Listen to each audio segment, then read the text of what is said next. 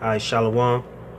First and foremost, I'd like to give praise and glory and honor to Yahweh, Bahashem, Yahweh Shai. I'd like to say double honors to the elders, apostles, great millstone. Salutation to the alchemists pushing his word in truth and sincerity. This is Yashar Kabar, Bun Yahweh Dabun Yasharala. This week's motivation is Edom, the white man, the real menace to society. So basically saying break down the word Esau, if possible, explain how it's genetics and what he does in the earth now. So Esau really means Esau goes back to the Hebrew word Ishashua, means red. Alright? Means wasted away as he. So basically Esau, he wasted away as a nation.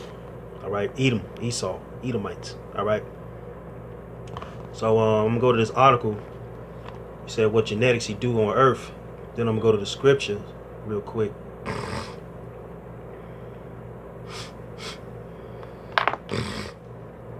I say the Guardian. TheGuardian.com. This is a little article right here, TheGuardian.com. Alright, it said the climate change impacted most species on Earth, even down to their genomes. It says climate change is rapidly becoming a crisis that defiles hyperbole for all the sound and fury climate change. Dentalist, self-deluding politicians, and very bewildered global public, the science behind climate change is rock solid, while the impacts observed on every ecosystem on the planet. All right. Salakia for the camera going out, so when it goes on, I'm just gonna keep punching it. All right. It says very bewildered global public, the science behind climate change is rock solid, while the impacts observed on every ecosystem on the planet are occurring faster in many parts of the world that even the most gloomy scientists predicted. Given all this, it's logical to assume life on Earth, the millions of species that cohabited our little ball of rock in space, would be impacted. But it still feels unnerving to discover that this is no longer about just polar bears.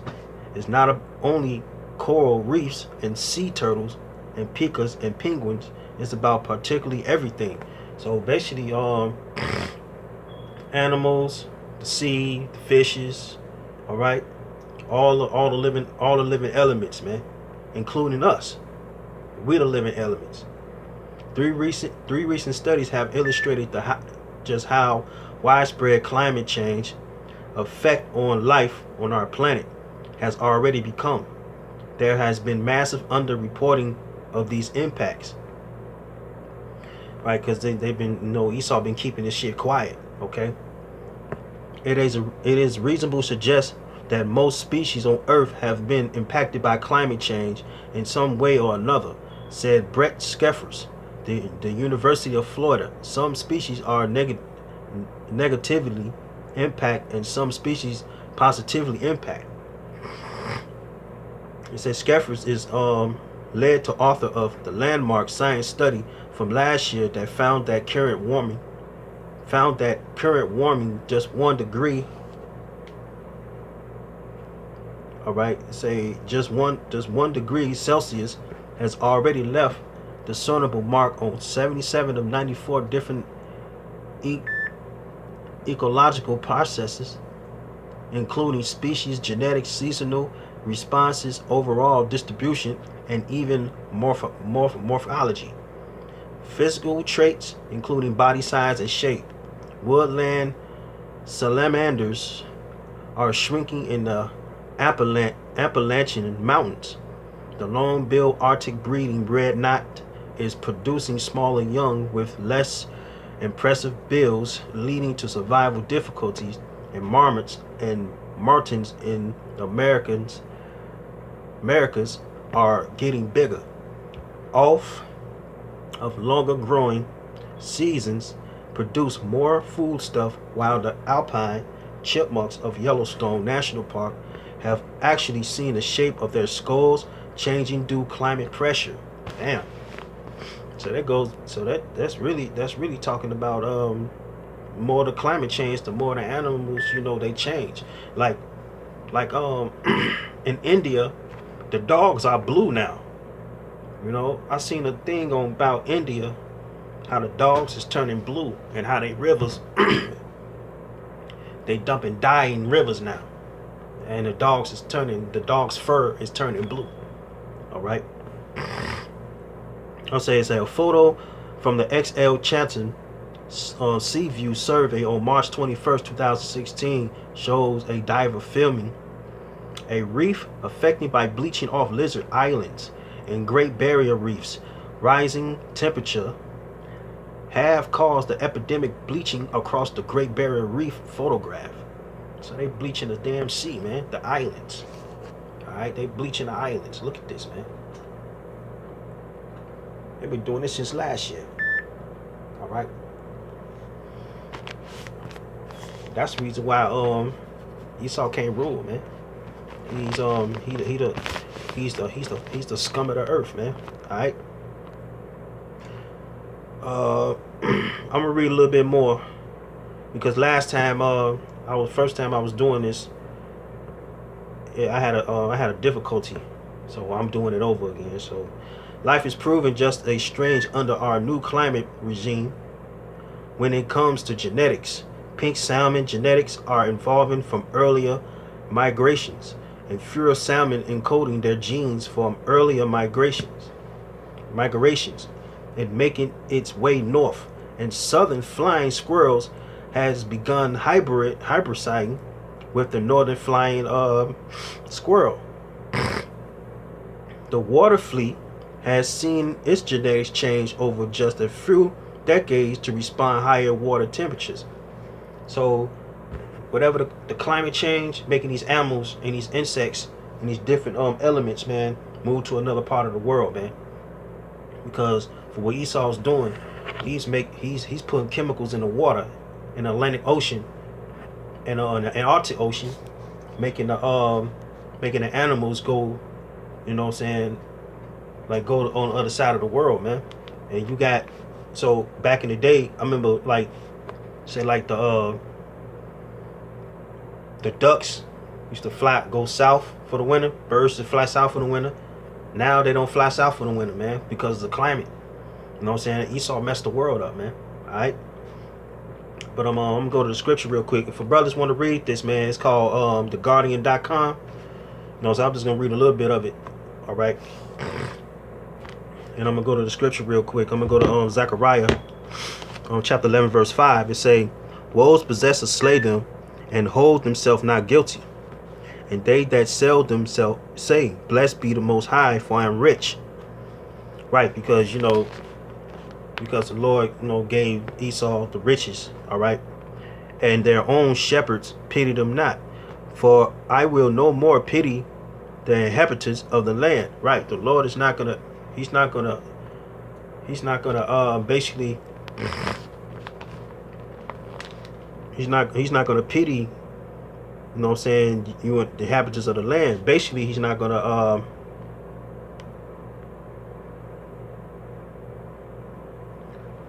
he's not gonna he's not gonna reside with you Edomites, man. All right. Pity. Let's look up the word pity.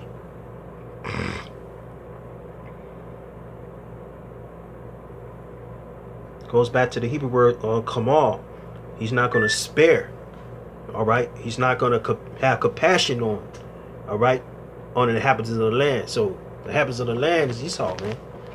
So he's not gonna have compassion. All right. It says it says, for I will no more have compassion, which I broke that down, which he's not gonna have pity. The inhabitants of the land, saith the Most High, but lo, which is look, I will deliver the men every one into his neighbor's hand. All right. And into the hand of his king. And they shall smite the land, and out their hand I will not deliver them. So the most high got a trick bag. Basically got a trick bag for Esau, man. All right.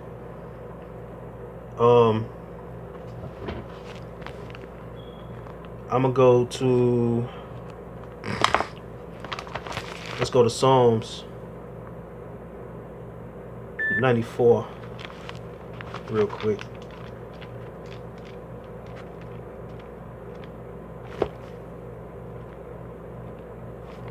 (94:4).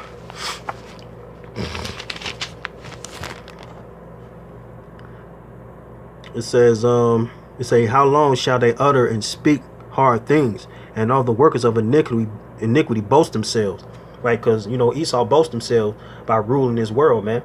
You know what I'm saying? By being the inhabitants of the land. All right, they're the workers of iniquity. So basically, they boast themselves in wickedness. All right, they break in pieces thy people, which is Israel. O Lord, to afflict thy heritage. Right? They basically call us Negroes, black. You know what I'm saying? Nigger. All right, they afflict our heritage, man. They basically, they actually beat us out our heritage. They made us mentally slaves. Okay, they say they slay the widow and the stranger and murder the fatherless. Right? They killing our people all over the world, man, with that climate change shit, man. All right, and plus they got the GMOs in the food as well. They say, yet they say the Most High shall not see, neither shall the Most High of Jacob regard it. So basically, they trying to be, basically Esau doing wickedness, but the Lord see that, man. And they say, neither shall the God of Jacob, which the Most High of Jacob, regard it, man. So we're not going to regard the wickedness that Esau, that he's putting out in this world, man. Understand, ye brutish among the people, and ye fools, when will ye be wise? Right. That's the question that King David said through the spirit of Yahweh Shema Shai. When you going to wake the fuck up, basically. Excuse my language. They say, he that planted the ear shall he not hear. He that formed the eye, shall he not see? That's the question. He basically is being sarcastic. He that chasteneth the heathen, shall not he correct? Okay? And the heathen is talking about, Esau, man, and other nations. He that teaches man knowledge, shall not he know? All right? They say the Most High knoweth the thoughts of man, and they are vanity. You know what I'm saying? The Most High created you, and he knows the thoughts of his creation. So basically, Esau think that all the wickedness that he's doing on this earth, he think Yahweh Shai ain't seeing that, man. All right, blessed is the man whom thou chastenest. Right, blessed is the man that chastenest, man.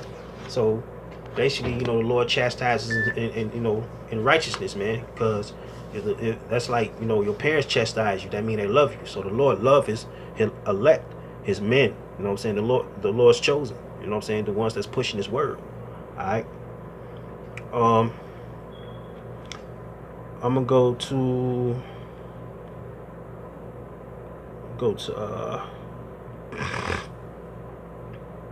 it says it says, show how they have no empathy, no remorse for slavery. Find an article of them trying to take slavery out, making him inferior to other nations. All right, I'm gonna go to that real quick.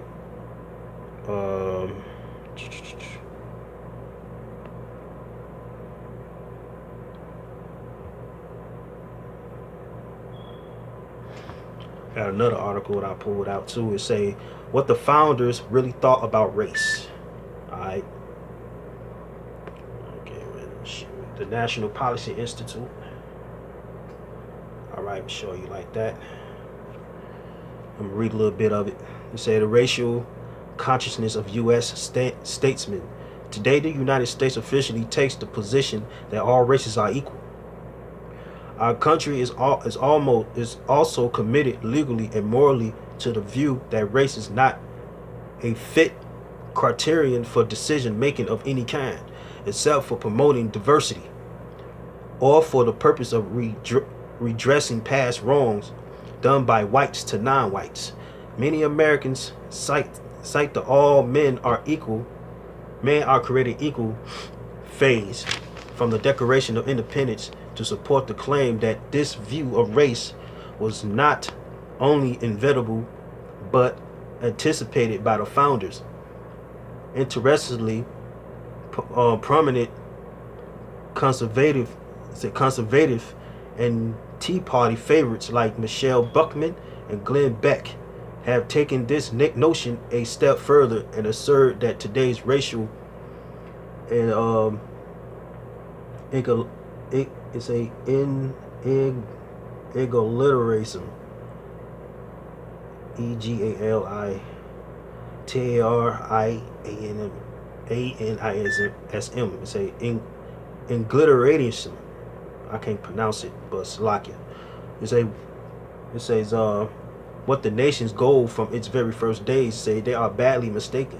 Since the early colonial times and until just a few decades ago, virtually all whites believed race was a fundamental aspect of individual and groups' identity, that believed people of different races have different temperaments and abilities to and build markedly different societies.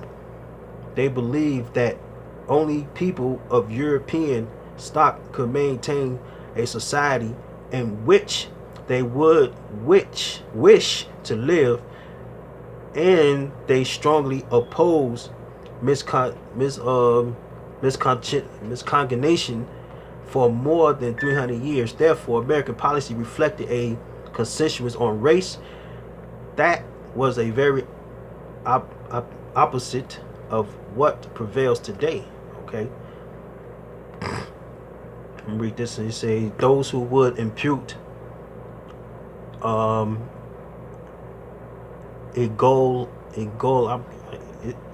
it's EGALITARIANISM. I can't pronounce that, but I'm gonna look it up.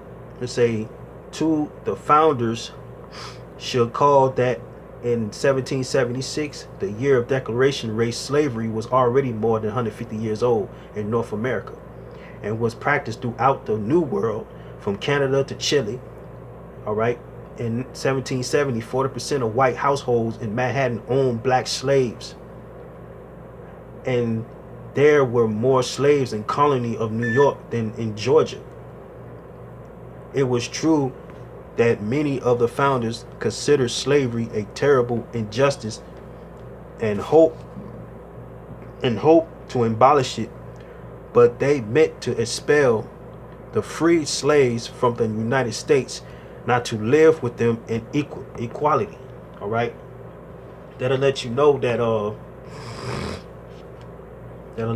man, about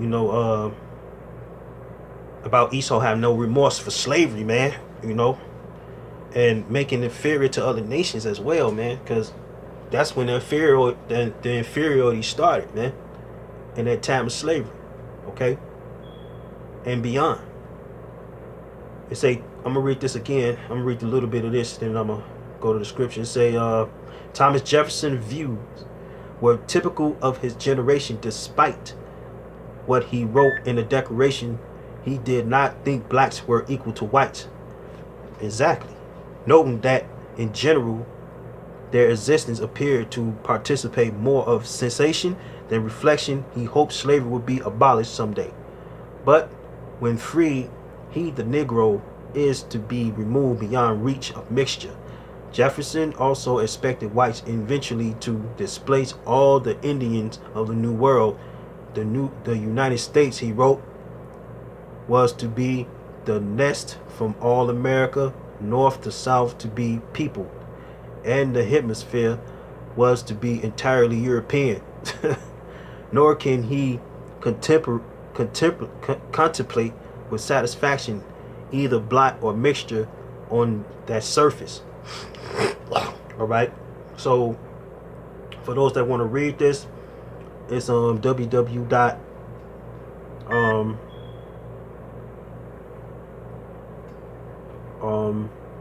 enipamerica.org. I'm just gonna put it to the screen real quick so y'all can see that. So y'all can see that. If y'all can see that. Or y'all could just type up this right here. To say what the founders really thought about race. You know what I'm saying? Y'all can read on that too.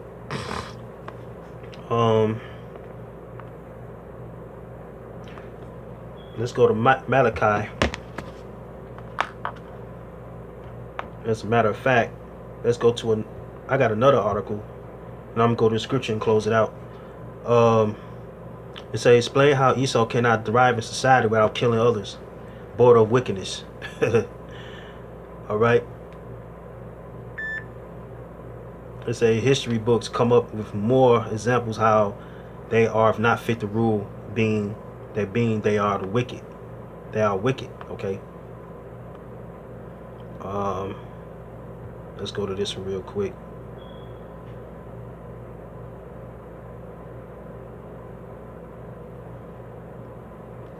Alright, I'm gonna go to the end of white America. Alright. So the end of white America. www.theatlantic.com. Alright. It says civilization going to pieces. He remarked he is in polite company, gathered with friends around a bottle of wine in a late afternoon sun, chatting and gossiping. I've gotten to be a terrible permissus about things. Have you read The Rise of Color Empires by this man Goddard? They say then they didn't. They say, well, it's a fine book and everybody ought to read it. The idea is if we don't look out, the white race will be utterly submerged. It's all scientific stuff. It's been proved. All right. They say here's Tom Bookman, the character of F. Scott Fitzgerald. A book, they say, The Great Gatsby, the book that nearly everyone who passes through the American education system is compelled to read at least once. Although Gatsby doesn't gloss as a book racial anxiety, it's too busy exploring the different sets of anxieties. Entirely, Bookman was hardly alone in feeling besieged.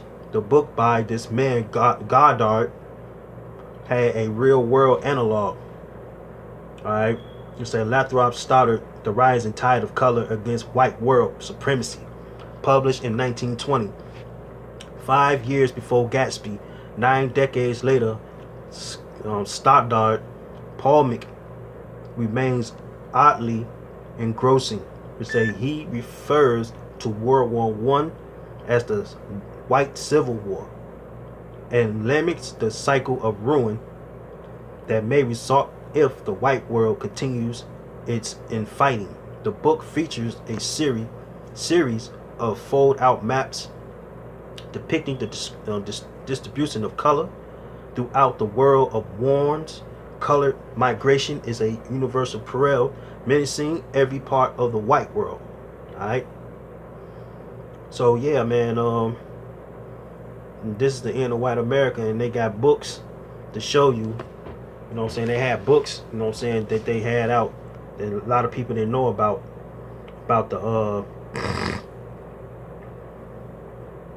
the rising of the colored empires. Alright. Let's see. It says, explain how Esau cannot drive a society without killing others. Alright. The border of wickedness. Alright. Say, come up with more examples of how they are not fit to rule. that being they are the wicked. Okay, I'm go to this last one. I'm gonna read. I'm gonna hit the scriptures. Let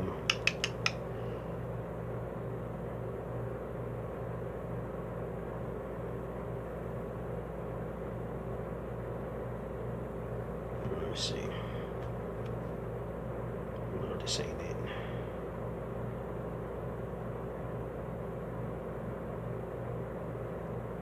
Okay. This diary of Fangrist.com. The 21 harsh truth white people do not want to hear. Alright.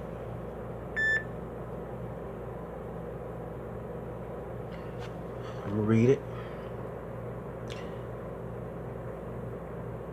It says the year is ending. No, I'm gonna read down here. It say every true African thinks you are a cold-hearted, tyrannical, lying, devious, untrustworthy, manipulative, demonic bastard. See?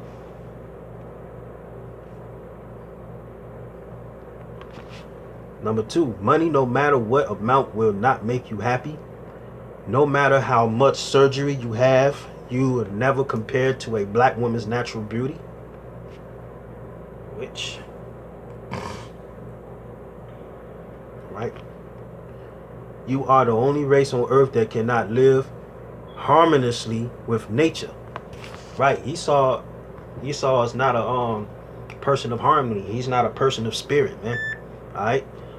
It says number 5. Say your desperate attempt to be like us is pathetic. Your low self-esteem is intense. Insecurity shows every time you use the word nigger.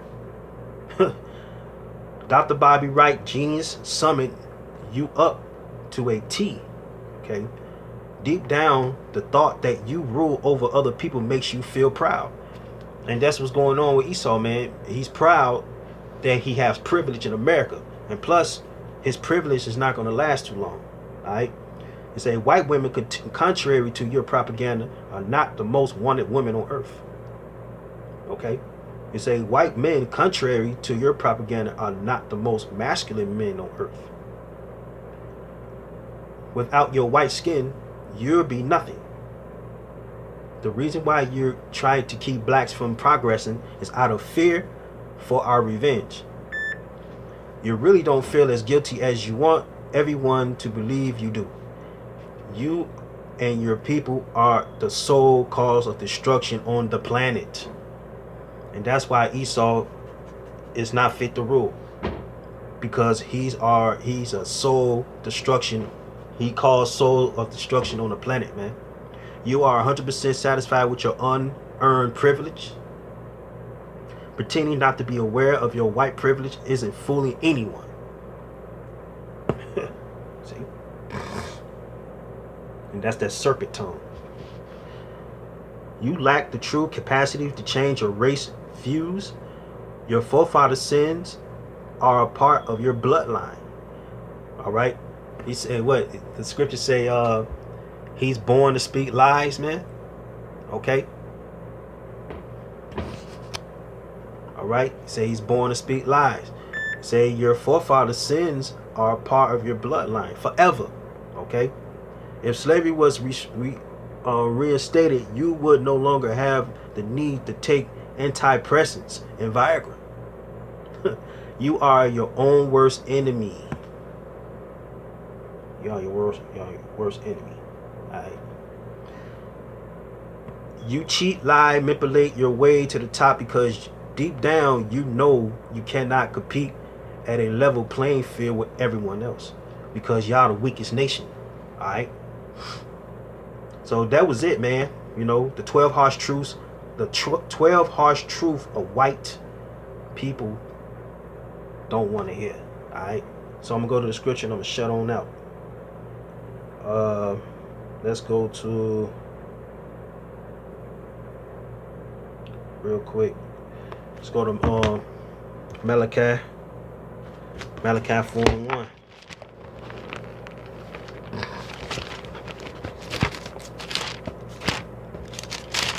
All praise to Yahweh Shah.